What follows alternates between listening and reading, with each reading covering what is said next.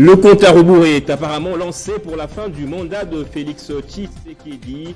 Pour l'opposant Martin Fayulu que vous allez suivre, pas un seul jour de plus ne sera accordé au président de la République si les élections ne sont pas organisées dans le délai constitutionnel. Le scénario possible envisageable pour le leader de l'ECD est à suivre dans ce journal. Et le ministère de la Défense nationale congolaise a démenti avoir commandé des armes en Russie comme largement relayé dans les réseaux sociaux. Vous suivrez aussi le démenti du cabinet du ministre Gilbert Kabanda. Et les familles des victimes décédées lors des manifestations anti-MONUSCO dans l'est de la RDC sont laissées pour compte, déplore Amnesty International. Ces victimes sont tombées lors de la violente répression exercée contre elles par la mission onusienne. Bienvenue à vous tous et merci de nous suivre sur Télé 50 à la une. Les élections de 2023 profilent déjà à l'horizon, mais certains politiques restent dubitatifs quant à la tenue de celle-ci dans le délai constitutionnel. C'est le cas de Martin Fayulu qui s'est exprimé hier sur la question sur le plateau de France 24 et RFI. Au cours du même entretien, le président de l'ECD a aussi embrayé sur la question de l'insécurité dans l'est de la RDC. Pour lui, la RDC ne devrait pas continuer à demander du renfort militaire des pays voisins, mais plutôt miser sur sa propre armée pour bouter dehors l'ennemi. On l'écoute dans cet extrait choisi par Christian Bokaya. Non, ce n'est pas une bonne solution. Le Congo n'est pas dans l'Afrique de l'Est. Et ça, c'est M. Kagame qui a amené M. Félix Tshisekedi dans cette affaire pour l'avoir davantage, pour balkaniser maintenant économiquement les Congo. Mais le Rwanda y est parce que c'est le Rwanda qui est dans le renseignement. Vous savez bien que dans les opérations militaires, les renseignements, c'est la clé. Donc le Rwanda y sera. Le Rwanda y sera. Donc pour nous, Eastern African Community, ce n'est pas notre affaire. Le Congo doit renforcer son armée, entraîner son armée, équiper son armée, et avec la volonté des Congolaises et des Congolais, nous allons gagner cette guerre. Et si nous voulons un renfort, c'est que nous devons nous adresser aux pays partenaires, les vrais du Congo, pour combattre l'agression. La date des élections consignée par la Constitution, parce que la Constitution de la République démocratique du Congo est claire. Le président de la République est élu au suffrage universel direct pour un mandat de 5 ans. 5 ans, renouvelable une seule fois. 5 ans, c'est pas 5 ans plus une seconde. Donc, il faut tenir, c'est une obligation constitutionnelle. Nous disons, et maintenant, la CENI est entrée en fonction depuis, on ne fait rien. Il faudra absolument avoir des élections. Maintenant, comme vous dites, les experts ont dit que ce n'est pas possible d'avoir des élections correctes, des élections impartiales à temps. Alors, si ce n'est pas à temps, vous savez, il y a un mot qui affectionne les Congolais, c'est les glissements. Quand nous disons pas de glissement, qu'est-ce que ça veut dire? M. Tshisekedi a prêté serment le 24 janvier 2019. Cela veut dire que le 23 janvier 2024, il doit partir. À la une aussi, contrairement aux rumeurs qui circulent depuis plus de 48 heures sur la toile, indexant le ministre Gilbert Kabanda de la Défense nationale et ancien combattant d'avoir commandé des matériels militaires en Russie sont fausses. C'est le cabinet du ministre qui dément l'affaire dans un communiqué de presse relayé hier. Benjamin Moudiata pour les commentaires.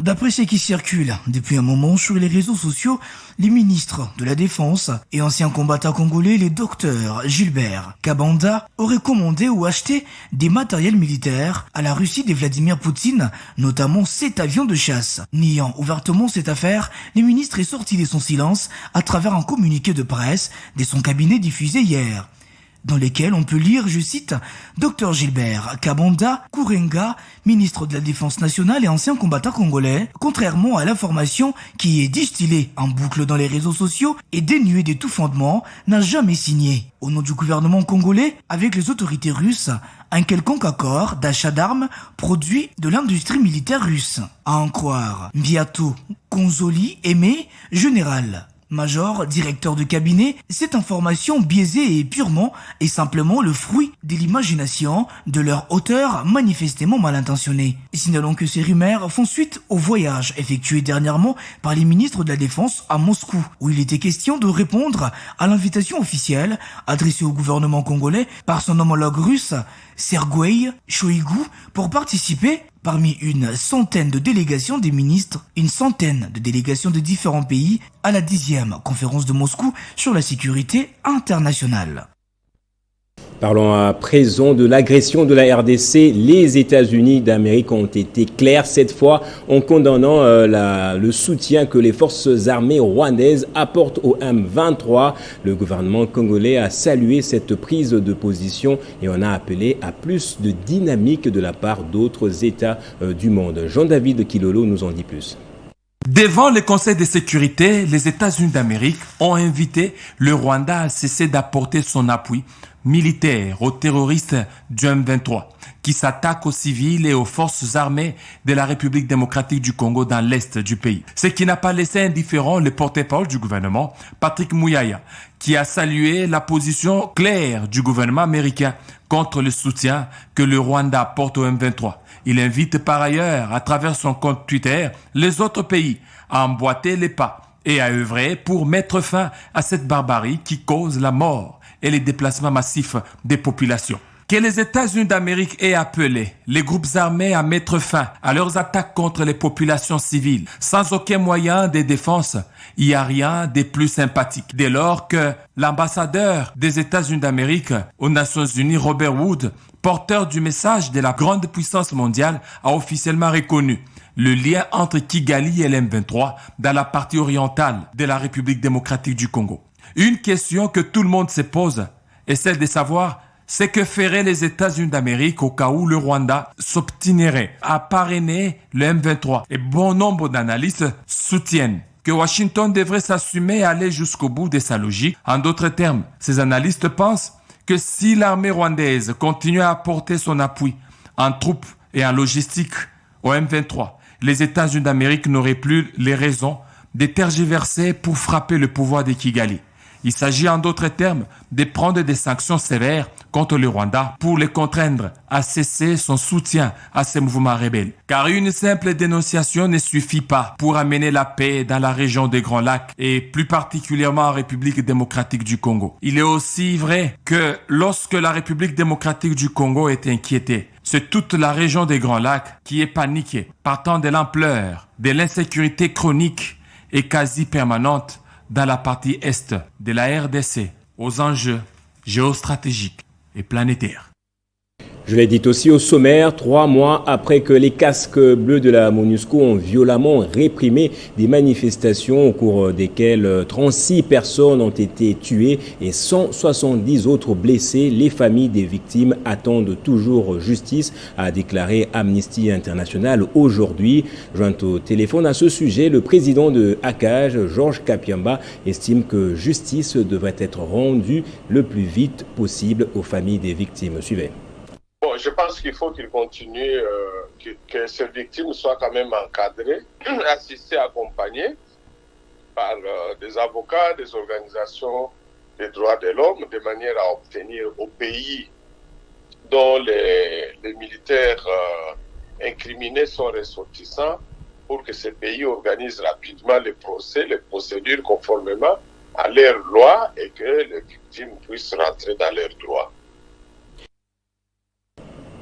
Et en image actuellement, débat général ce vendredi à l'Assemblée nationale. Les élus nationaux examinent et adoptent le projet de loi de finances 2023. Le budget du pouvoir central de l'exercice 2023 est présenté en équilibre, en recettes et en dépenses à 14,6 milliards de dollars, soit un taux d'accroissement de 32,6% par rapport à la loi de l'exercice 2022. La santé, l'éducation et la sécurité connaissent un accroissement significatif. Poursuivant sa mission au Royaume de Belgique, la gouverneure du Lualaba a eu une séance de travail avec les responsables de Vecturis à 30 km de Bruxelles, dans la province de Wavre. Les échanges avec cette société spécialisée dans le domaine ferroviaire ont porté sur les efforts du chef de l'État à appuyer la CNCC pour l'amener à faire face à la demande croissante d'évacuation des produits miniers. Au deuxième jour de sa mission en Belgique, la gouverneure intérimaire du Lualaba et sa suite étaient en Wallonie, dans la province de Wavre, à 30 km de Bruxelles. La délégation Masuka est allée rencontrer les responsables de l'entreprise Vecturis. Sur recommandation du président de la République Félix-Antoine Tshisekedi Tshilombo, Marie-Thérèse Masuka Saini s'est imprégnée de l'expertise de cette société spécialisée du domaine de transport ferroviaire international. Dans la salle de réunion de la direction Vecturis, les officiels lualabais ont eu l'occasion de suivre les explications synthèse du fonctionnement de leur structure par projection vidéo de la part de Nicolas Grégoire, administrateur-directeur, et d'Éric Pieffer, administrateur délégué. La démarche de la chef de l'exécutif provincial du Lualaba est de mettre en route la pensée du chef de l'État et de booster le trafic de la SNCC et à prendre en charge le besoin croissant de transport issu des entreprises minières. Actuellement, les opérateurs miniers éprouvent d'énormes difficultés pour évacuer leurs produits par Kasumbalesa dans la province du Haut-Katanga. Les cargaisons sont souvent coincées pendant plusieurs jours. Les camions font de longues files d'attente sur une distance de près de 30 km du côté de la RDC comme de la Zambie. Un manque à gagner énorme, tant pour les entreprises minières que pour la RDC. À lui seul, le Lualaba est à environ 60 km de production minière de la RDC. Nous pensons que la SNCC est en train de faire beaucoup d'efforts et nous saluons les efforts que le DG de la SNCC continue à faire aujourd'hui et des sources sûres que nous venons d'entendre. Nous sommes sûrs que d'ici quelques temps, 6 mois ou une année, les choses vont beaucoup s'améliorer au niveau de la SNCC. Sous l'impulsion du président de la République, le gouvernement Masuka se bat sans relâche pour pallier la situation en soutenant premièrement la SNCC avec l'ouverture effective de l'axe Kolwezi-Dilolo vers Lobito en Angola. Ensuite, la construction de la route Kolwezi-Solwezi en Zambie vers le port de Dar es Salaam en Tanzanie. Et dans le monde à présent, le président Vladimir Poutine a estimé jeudi, lors d'un discours prononcé à Moscou devant le club international de discussion Valdai, que l'Occident joue à un jeu géopolitique dangereux en Ukraine. Fustigeant les ingérences des États-Unis, Vladimir Poutine se dit plutôt disponible à dialoguer.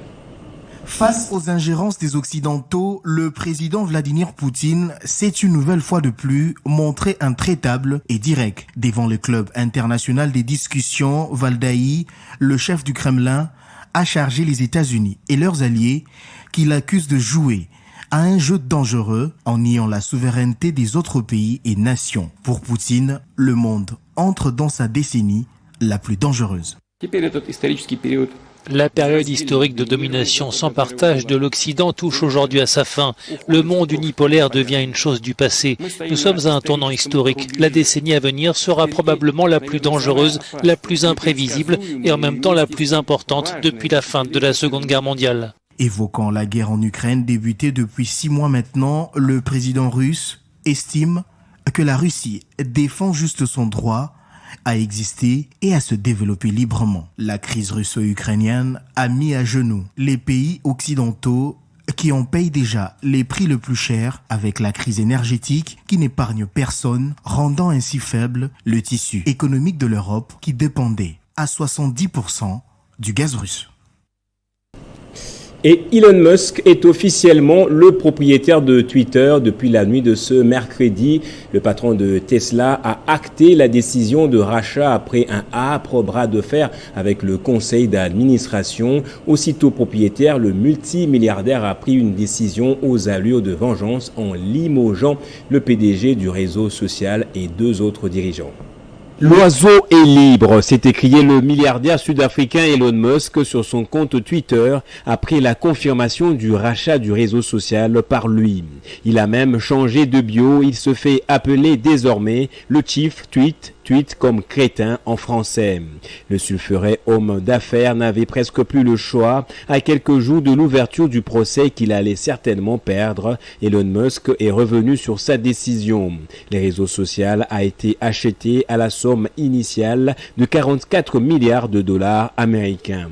Les dirigeants de l'entreprise ont fait le frais de ce rachat. Elon Musk a limogé aussitôt le PDG Parag Agrawal et deux autres dirigeants, les directeurs financiers Ned Segal et la responsable des affaires juridiques Vijaya Gadde. Les dirigeants de l'entreprise ont fait les frais de ce rachat. Elon Musk a limogé aussitôt le PDG Parag Agrawal et deux autres dirigeants, les directeurs financiers Ned Segal et la responsable des affaires juridiques Vijaya Gadde. Ce fut donc une saga à plusieurs rebondissements. Le patron de Tesla avait refusé d'acter sa décision de rachat du réseau social en avril dernier, à cause notamment de la présence de nombreux faux comptes sur la plateforme, des spams et des arnaques.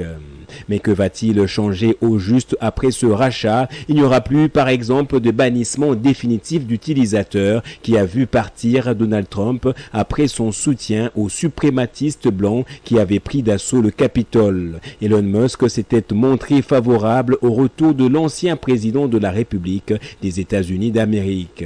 Il y aura encore moins de restrictions pour les faits d'opinion. Le multimilliardaire se présente comme défenseur de la liberté d'expression. Elon Musk pourrait aussi développer d'autres fonctionnalités pour faire de Twitter une super application remplissant d'autres fonctions que les simples échanges publics. Twitter deviendrait comme le chinois WeChat qui propose des fonctions de messagerie mais aussi la possibilité de s'échanger de l'argent. On va terminer en sport. La Ligue des champions féminines de la CAF démarre ce 30 octobre au Maroc. Concernés par cette compétition, les Corbeaux ont déjà posé leurs valises au royaume chérifien pour bien s'acclimater. L'équipe de Lubumbashi vise le dernier carré de cette Ligue des champions. Pour sa première participation en Ligue des Champions, le football club féminin Mazembe veut laisser ses empreintes. L'équipe a voyagé pour Casablanca à temps, question de bien s'acclimater avant le démarrage de la compétition. Nous sommes ici pour défendre notre équipe. Nous sommes là pour défendre aussi notre couleur noir-blanc et le nom là qu'on a pris à Lubumbashi, le TP Mazembe. C'est un grand nom.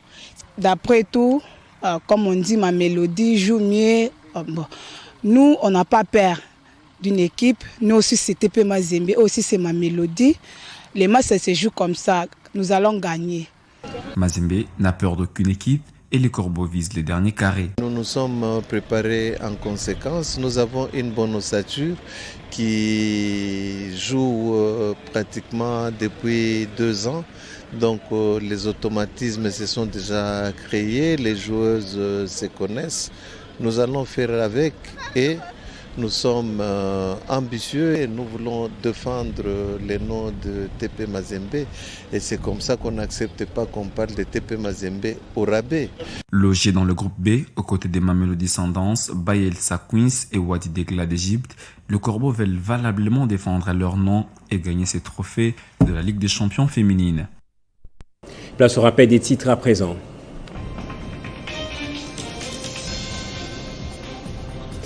Le compte à rebours est apparemment lancé pour la fin du mandat de Félix Tshisekedi. Pour l'opposant Martin Fayulu, pas un seul jour de plus ne sera accordé au président de la République si les élections ne sont pas organisées dans le délai constitutionnel. Et le ministère de la Défense nationale a démenti avoir commandé des armes en Russie, comme largement relayé dans les réseaux sociaux. Vous avez suivi le démenti du cabinet du ministre Gilbert Kabanda. Dans l'actualité également, les familles des victimes décédées lors des manifestations anti-MONUSCO dans l'est de la RDC sont laissées pour compte, déplore Amnesty International. Ces victimes sont tombées lors de la violente répression exercée contre elles par la mission onusienne. Restez avec moi pour la revue de presse.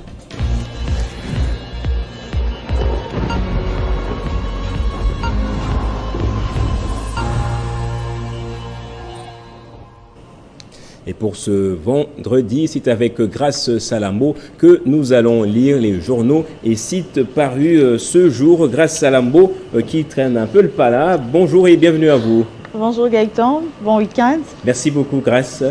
La position des États-Unis sur la situation sécuritaire dans la région des Grands Lacs, particulièrement dans l'est de la RDC, fait la une des journaux parus ce vendredi à Kinshasa. Tout à fait Gaëtan, et le journal Econews titre à ce sujet « Les États-Unis mettent la pression sur le Rwanda pour son soutien au M23 ». Le tabloïd note que depuis le début du feuilleton M23, c'est pour la toute première fois que les États-Unis d'Amérique appellent clairement l'armée rwandaise et certains acteurs congolais à cesser tout soutien à cette force négative du M23. Le rédacteur de cet article souligne que du haut de la tribune du Conseil de sécurité des Nations Unies, l'ambassadeur Robert Wood, représentant alternatif pour les affaires politiques spéciales, a utilisé un ton ferme contre le Rwanda. Abordant le même sujet, Congo Nouveau renchérit que pour les États-Unis, la MONUSCO reste essentielle pour apporter la paix dans l'est de la RDC.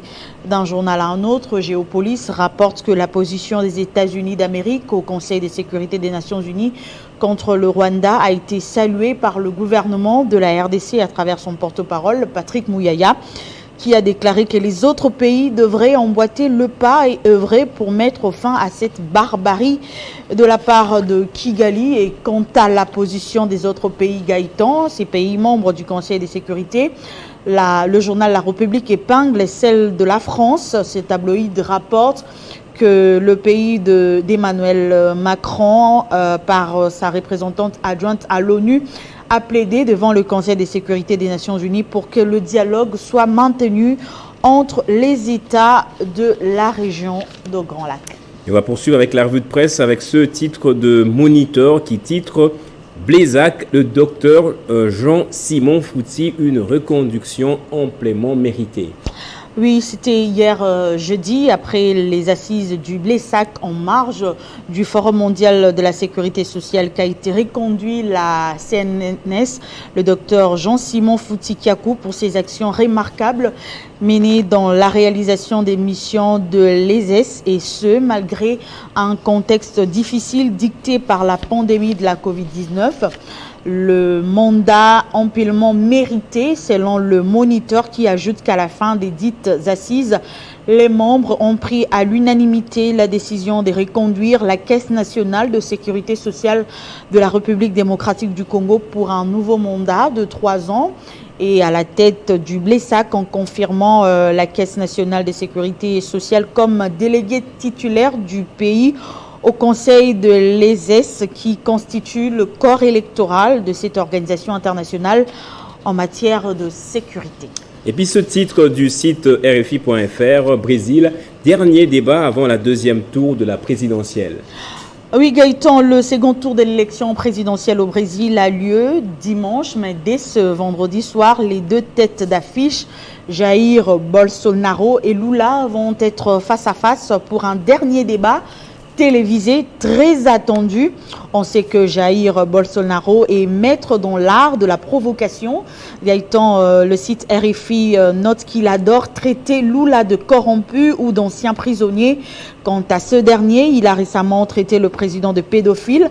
Reste à savoir jusqu'où il va aller durant ces débats, où il se contentera d'exploiter le thème de l'insécurité alimentaire dans le pays. Et justement en rapport avec ce débat télévisé Gaëtan, le site L'Internaute rappelle que Lula et Bolsonaro n'ont pas convaincu lors du premier débat de l'entre-deux tours.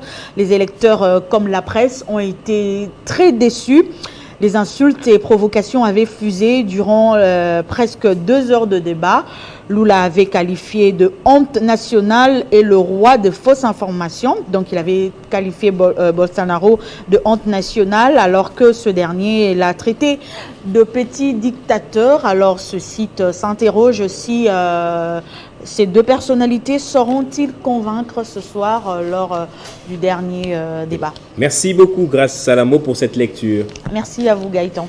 Et c'est par ici que prend fin ce journal. Merci à vous tous, mesdames, messieurs, de l'avoir suivi.